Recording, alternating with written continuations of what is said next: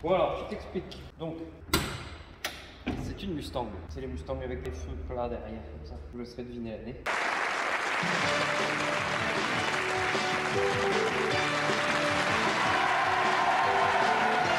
1900. C'est plus. 1950. C'est plus. 1990. C'est moins. 1985. C'est moins. 1984. C'est moins. 1983. C'est moins. 1982. C'est moins. 1981. C'est moins. 1900. Bon alors là, j'ai ouvert le coffre. Pourquoi? Parce que dedans, il y a des pièces que j'ai changées. Pépette, elle arrivait, elle faisait...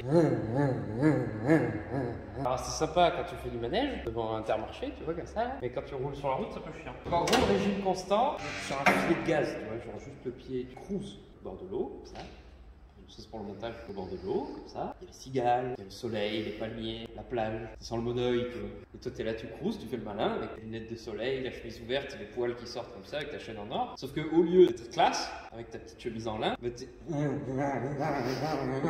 Du coup, t'as l'air con. Donc il fallait régler le problème de j'ai l'air con. Alors pour plus avoir l'air con, d'abord il faut chercher les problèmes. Aïe, les fratés, les problèmes. Il y en avait un paquet. Les problèmes, les problèmes. Donc, on avait un carburateur. Alors, celle-là, elle est belle en plus. On avait un carburateur qui est sous le filtre à air. Hein, je vais pas tout démonter parce que merde. Donc, on avait un carburateur. C'était un code, un truc genre A528 ou quelque chose comme ça. Sur une petite étiquette en aluminium, fixée sur un carburateur comme ça. Bon, je fais ma petite recherche. Et c'est le bon carburateur. Ok, pas de problème. Mais, j'ai un doute. Parce que dans ma petite recherche, ce que je vois à l'écran ne correspond pas à ce que j'ai sur la voiture. Donc je pousse ma recherche un peu plus loin et en fait il s'avère que l'entreprise qui est au Canada, je crois, qui refait les carburateurs à neuf, a mal étiqueté le carburateur en question et du coup il y avait la bonne référence, mais en dessous c'était pas le bon carbu.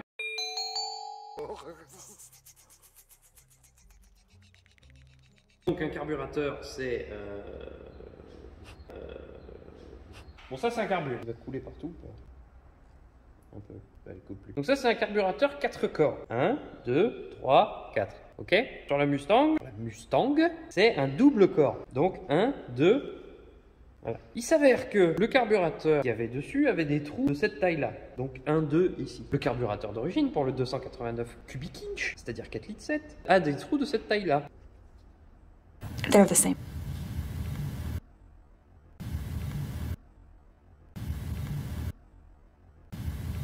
Il y a des gros et il y a des petits. Donc, le carburateur qui était sur la voiture à la base avait des trous de cette taille-là, mais le carburateur qu'il fallait pour le 4 litres 7 a des trous de cette taille-là. Et en gros, le carbu qu'il y avait dessus, il était prévu pour un 351 Cleveland, je crois, de mémoire, donc un 5 litres 8. Donc on a paumé 1 litre 1 quelque part, et du coup, ça faisait un peu gros. Ça, c'était le premier problème. Ensuite, second problème. Oh, chien. Second problème, ici, à ce niveau-là, on avait une fuite de liquide de refroidissement. Et on avait une prise d'air aussi. Et la prise d'air salace. Je vous explique. Ça fait ça va me crever, je vais chier, on va mettre là-dedans. Alors ça, c'est un collecteur d'admission en fonte de 289. Ok? C'est très lourd. Bon, ici, nous avons nos conduits d'admission. Cylindre 1, 2, 3, 4, 5, 6, 7, 8. Parce que c'est un V8. Voilà. Et après, nous avons le refroidissement ici et ici, enfin le classique. En général, quand il y a une prise d'air, ici, le joint est pas le joint qui est là, tu vois. Ici, si le joint est pas bien plaqué ou s'il est défectueux, tu as une entrée d'air ici. Donc du coup, ton ratio air-essence c'est pas le bon, trop riche, trop pauvre, etc. La vidéo de la 4F. Et du coup, ton truc tourne comme une patate. Et en général, quand tu essayes de la régler, si tu arrives à un bon réglage, tu l'éteins, tu laisses refroidir, tu redémarres, c'est n'importe quoi. Parce que c'est pas stable. C'est pas stable une fuite, ça dépend. Parce que ça se joue sur des microns, tu vois. Ça se joue pas comme ça, évidemment. Et là, ça marche même pas. Là. Bon, bonjour le chien. Donc on avait une prise d'air ici. Mais la prise d'air de salope, c'est-à-dire qu'on avait une prise d'air dans le trou qui est là, mais pas là. Et on sait pas pourquoi. Tu veux un bâton? Tiens. Et on sait pas pourquoi. Maintenant que la totalité du sang de mon corps est dans ma tête et que je vais pas tarder à m'évanouir, on va poser ça par terre. Oh putain, c'est lourd. Voilà. Johnny Cascade. Ok, donc ça c'était le deuxième problème. Ensuite, c'est pas fini. À l'intérieur de ça, vas-y, je vais ouvrir, je vais expliquer. Ça c'est l'allumeur. Il allume des trucs. Il répartit l'électricité à haute intensité au fil de bougie. En gros, tu as une bobine qui accumule de l'énergie, qui l'envoie à haute dose là-dedans par ce trou-là. D'accord? À l'intérieur, on a un doigt qui s'appelle un doigt d'allumeur. Ils se sont pas cassé le cul pour le nom non plus. Hein. Donc à l'intérieur, nous avons Philippe. Philippe tourne, comme ça. Hop. Et au milieu, donc ici, qui correspond au trou du milieu là, il reçoit le jus pleine balle de la bobine, qui traverse la languette ici, qui va jusqu'au bout de la languette là, prêt à plonger, tel un plongeur olympique. Et quand le doigt tourne, le doigt touche les différentes bornes ici. Comme aux 1000 bornes. Sauf que là, il y a 8 bornes. Parce que c'est un V8. 8 cylindres, 8 bougies, 8 bornes. Ok? Putain, ça y est, je l'ai perdu. Donc, lui, il tourne. Lui, il a constamment de la grosse électricité en lui. Mais quand il tourne et qu'il touche les différentes bornes, il envoie du jus aux différentes bougies. En passant par tous les trous qu'il y a là. Tic, tic, tic, tic, tic, tic, tic. Quand tu démontes, si tu vois qu'il y en a un qui a une trace particulière, en général, c'est cylindre 1. Technique de démontage pour pas se faire chier. Parce qu'il y a quelqu'un qui est passé avant toi et qui l'a fait.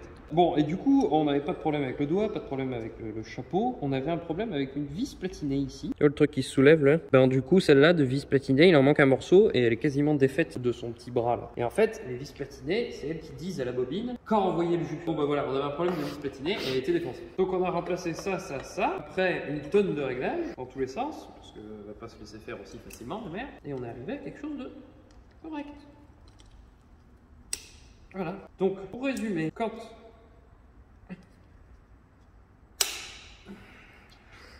ça fait prise d'air, allumage. Quand ça marche pas, prise d'air, allumage. Quand ça marche bien, prise d'air, allumage. Toujours prise d'air, allumage. Bon voilà, les collecteurs en fonte comme ça, c'est pas fou. Donc là, ça marche mieux, le problème est résolu.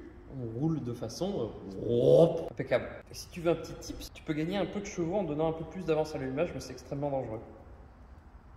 Je vous laisse sur mon mystère. Alors, pour ceux qui vont s'aventurer à sortir les collecteurs d'admission de nos chers et vieux V8, ne blindez pas les joints de collecteur de pâte. Parce que ça, pour avoir des prises d'air, elle n'est pas meilleure. Tu la démarres, ça marche bien. Dès que ça commence à chauffer, la pâte, elle commence à faire jusqu'à trouver une sortie. Tu fais un... Et là, après, c'est un festival d'emmerde. En plus, tu as des conduites de refroidissement. Et si jamais c'est à cet endroit-là qu'elle se barre, tu peux te retrouver avec le bloc plein de flotte. Et enfin, bref, c'est une catastrophe. Donc, la pâte à joint, mollo. Tranquillo. Voilà. C'est à peu près tout. Qu'est-ce qu'il y a d'autre? Oui, et alors, au moment du serrage de ce superbe truc, vous allez sur internet ou n'importe où, tapez le nom du moteur, vous tapez Intake Manifold Torque Spec, you know, vous allez dans Images, et là vous allez avoir l'ordre de serrage, parce que c'est pas juste un serrage en croix à la con, genre celle-là, je viens de faire un serrage en croix. Alors ça dépend des blocs, de mémoire, sur le 289, je crois que c'est celle-là.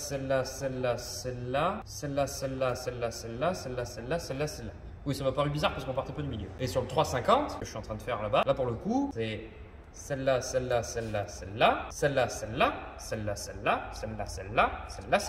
Donc ça dépend des blocs. Et s'il y a quelqu'un qui s'est fait chier à mettre un ordre de serrage, pas pour les chiens. Voilà. Donc en espérant que cette vidéo fasse un maximum de vues parce qu'il y avait un chien. Et maintenant, je vais retourner travailler.